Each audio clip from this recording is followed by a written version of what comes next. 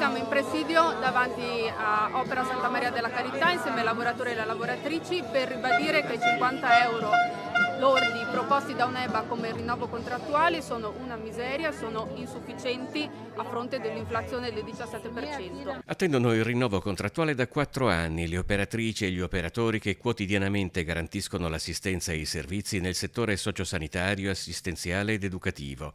I 50 euro lordi di rinnovo contrattuale proposti da UNEBA, l'Unione Nazionale Istituzioni e Iniziative di Assistenza Sociale, sono giudicati insufficienti. Non è accettabile la proposta dell'UNEBA, è uno schiaffo, la loro proposta è uno schiaffo alla nostra dignità.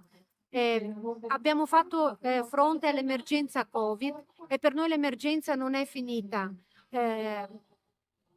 Adesso dobbiamo rispondere anche alla carenza del personale. Il presidio al centro Nazareth a Venezia precede di 10 giorni lo sciopero nazionale che si terrà il 16 settembre. Il problema riguarda UNEBA e per questo saremo in piazza il 16 settembre, ma riguarda tutto il terzo settore che ancora non riesce a uscire dalla logica di speculazione sul costo di lavoro, di contratti al ribasso, cercando di comprimere i costi e stare dentro, e anziché provare a rilanciare, ad essere più attrattivi, continua con un'operazione di speculazione sul personale.